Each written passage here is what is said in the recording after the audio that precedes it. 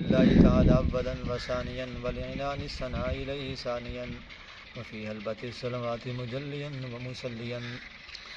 معزز سامعین، آپ نے یہ بات پچھلی ویڈیو میں سماعت فرمائی تھی کہ حضرت عبداللہ کا حضرت آمنہ سے نکاح ہوا۔ حضرت آمنہ بنت وہب کی صاحبزادی تھیں جن کا نام آمنہ تھا۔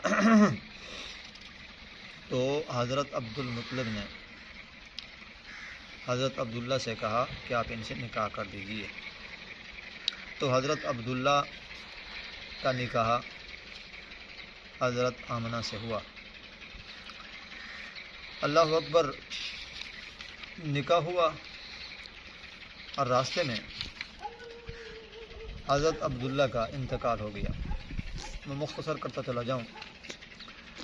آپ وسلم کی پیدائش سے پہلے 50 یا 55 روز پہلے ایک اصحاب فیل کا واقعہ پیش آیا، جو سیرت اور تاریخ میں یہ معروف اور مشہور واقعہ ہے، اور قرآن کریم میں اس کے بارے میں ایک خاص صورت بھی نازل ہوئی ہے۔ مفصل یہ واقعہ، یہ قصہ کتب تفاسیر میں بڑا مدلل مفصل موجود ہے۔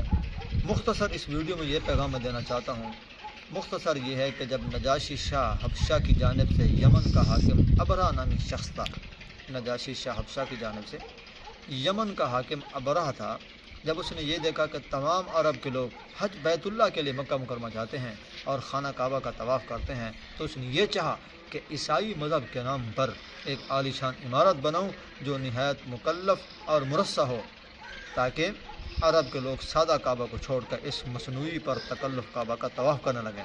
چنانچہ یمن کے دار و سلطنت مقام صنعاء میں ایک نہایت خوبصورت گرجا بنایا گیا۔ عرب میں جب یہ خبر مشہور ہوئی تو قبیلہ کنانہ کا کوئی آدمی وہاں آیا اور بہانہ کر کے بھاگ گیا۔ یہ ابن عباس رضی اللہ عنہ سے منقول ہے، اور بعض کہتے ہیں کہ عرب کے نوجوانوں نے اس کے قرب و جوار میں آگ جلی ہوئی تھی، ہوا اسے اڑا کر اس گرجا میں لگ گئی اور گرجا جل کر خاک ہو گیا۔ ابرہ نے غصہ میں آ کر قسم کھائی کہ خانہ کعبہ کو منہدم اور مسمار کر کے سانس لوں گا۔ اسی ارادے سے مکہ پر اس نے فوج کشی کی۔ راستے میں جب عرب کے قبیل نے مزاحمت کی تو اس کو تہ تہ کر گیا، یہاں تک کہ مکہ مکرمہ ابرہ نامی بندہ یہ پہنچ چکا۔ پھر اس کے بعد کیا ہوا یہ انشاءاللہ اگلی ویڈیو میں آپ سماعت فرمائیں گے۔ دعا اللہ رب العزت آپ وسلم کی سیرت صورت پر سنت پر چلنے کی توفیق عطا فرمائے۔